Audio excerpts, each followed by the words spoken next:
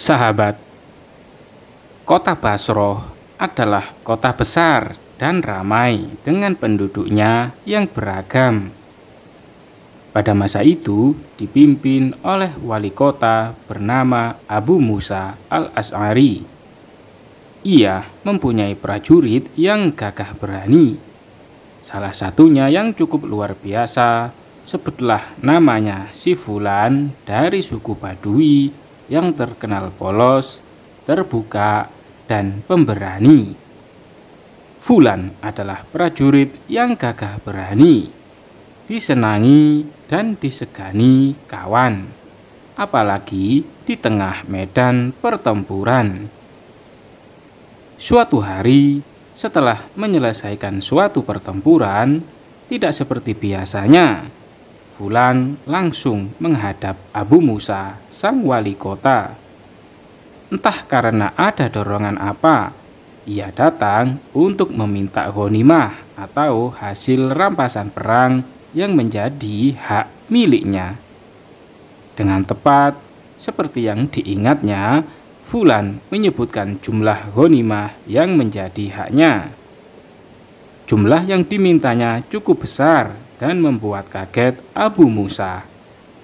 Setengah percaya dan tidak, Abu Musa kemudian merenung.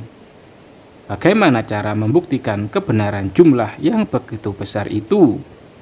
Dan bagaimana kalau seluruh prajurit terprovokasi menuntut hal yang sama? Akhirnya, Abu Musa memanggil si Badui dan menyerahkan hanya separuh dari yang diminta. Namun, di luar dugaan Abu Musa sang wali kota, si Fulan menjadi marah. Dengan nada kasar, ia mendesak Abu Musa agar memberikan ghanimah haknya sesuai dengan jumlah yang disebutkan. Maka ketegangan pun tak terhindarkan. Suasana menjadi panas. Abu Musa merasa keputusannya sudah tepat. Sementara si pemuda Badui merasa yakin dengan hitungannya. Dengan marah, ia menolak keputusan sang wali kota. Sebagai wali kota yang bertanggung jawab atas ketentraman kota, Abu Musa khawatir kalau penentangan si Badui akan dicontoh oleh prajurit lain, sehingga menjadi sulit diatur. Kalau itu terjadi, celakalah kota Basroh dan keamanan kota menjadi lemah. Malahan bisa jadi yang akan susah adalah kaum muslimin juga. Hal ini tak boleh terjadi menurut Abu Musa.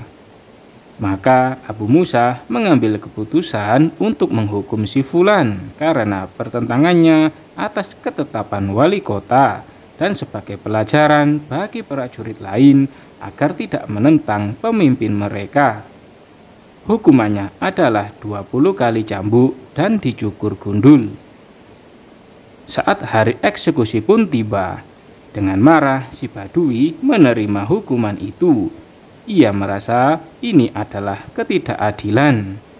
Mengapa orang yang menuntut haknya malah harus menerima hukuman 20 kali cambukan dan kepala dipelontos? Padahal Islam mengajarkan keadilan dan bukannya penghinaan. Islam mengajarkan pemenuhan hak, bukan keangkuhan.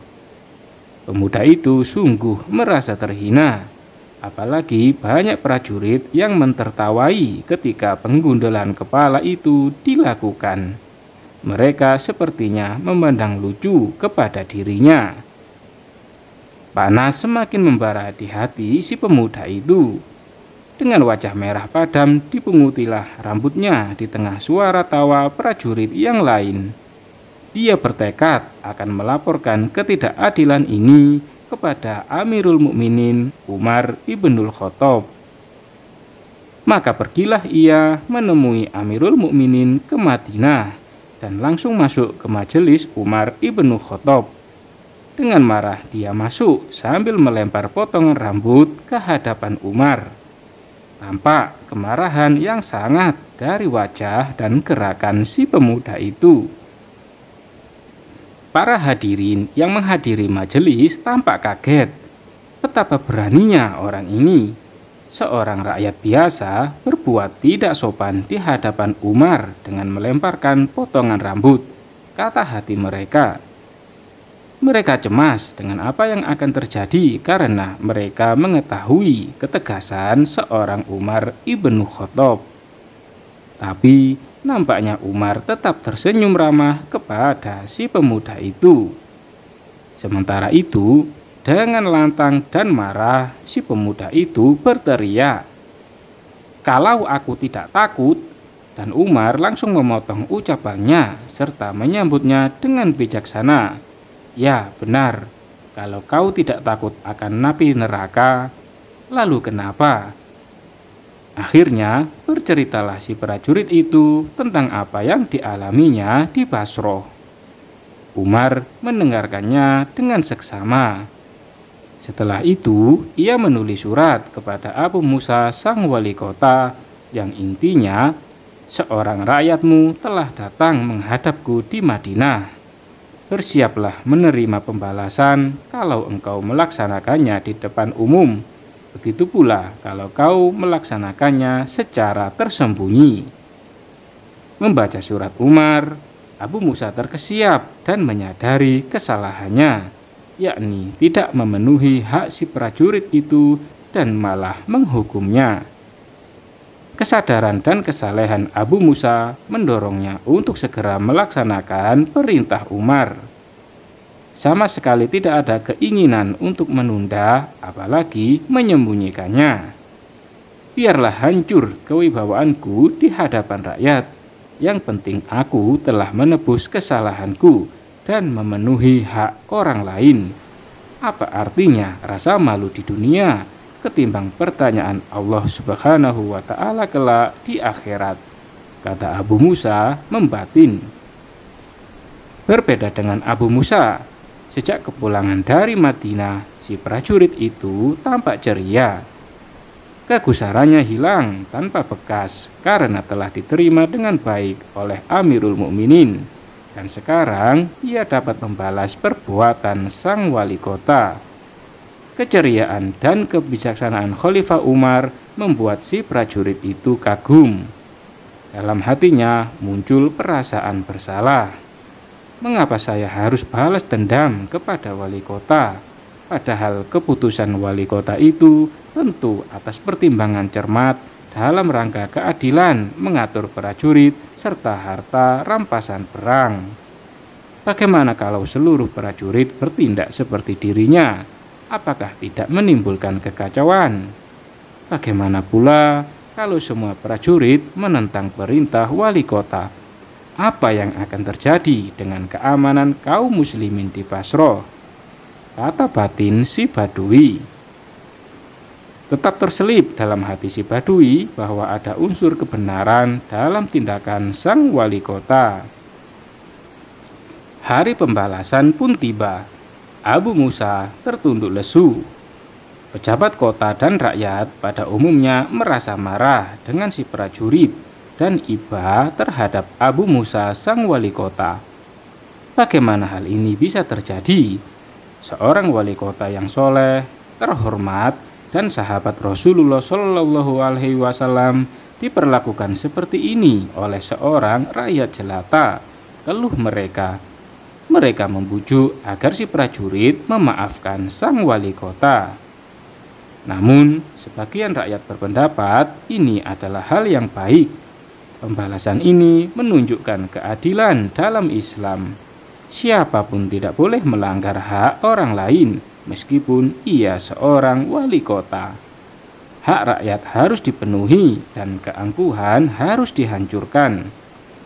Islam mengajarkan pemimpin adalah pengayom rakyat, bukan algojo yang mengeksekusi terhukum. Aba-aba sudah diberikan. Abu Musa duduk terdiam dengan pasrah. Rakyat memejamkan mata. Iba melihat pemimpinnya diperlakukan demikian. Ada yang berteriak histeris agar si prajurit itu membatalkan pembalasannya. Si prajurit berjalan perlahan, tapi pasti dengan cambuk di tangan menuju sang wali kota. Suasana semakin tegang. Pertempuran terjadi di dalam hati si prajurit itu. Kenapa aku harus membalas dendam? Bukankah detik ini kehormatanku sudah pulih? Orang sudah tahu akan kebenaranku. Bahkan Amirul Mukminin juga sudah memahami semua ini. Apakah aku harus mencambuk dan menggunduli Abu Musa yang baik pada semua orang, yang soleh dan sahabat Rasulullah Shallallahu Alaihi Wasallam? Bukankah juga dia menghukumku atas pertimbangan kemaslahatan penduduk kota, bukan sekedar untuk mengikuti hawa nafsunya? Rambutku juga sebentar lagi akan tumbuh. Orang tetap akan hormat kepadaku karena keberanianku menghadap Amirul Mukminin. Dipandanginya Abu Musa yang tertunduk lesu. Detik ini tak ada lagi yang akan menghalangiku untuk membalas sakit hati ini. Namun, kalau aku memaafkannya, bukankah lebih baik bagiku dan Allah Subhanahu wa Ta'ala juga ridho kepadaku? Hatinya kembali berkata. Berbagai perasaan kembali berkecamuk di dalam hati si prajurit itu. Suasana menjadi hening. Si Badui menundukkan kepala, kemudian berpikir. Akhirnya, dengan mantap si prajurit melangkah mendekati Abu Musa dan dihempaskannya cambuk dari tangannya. Dengan haru dia berkata, "Ya Allah, aku maafkan, aku maafkan." Hatinya lega dan wajahnya pun menjadi cerah. Maka suasana pun menjadi ramai. Masyarakat bertakbir gembira. Ada yang berloncatan dan saling berpelukan. Ada yang menangis gembira. Dan banyak yang memuji kelembutan hati si prajurit itu.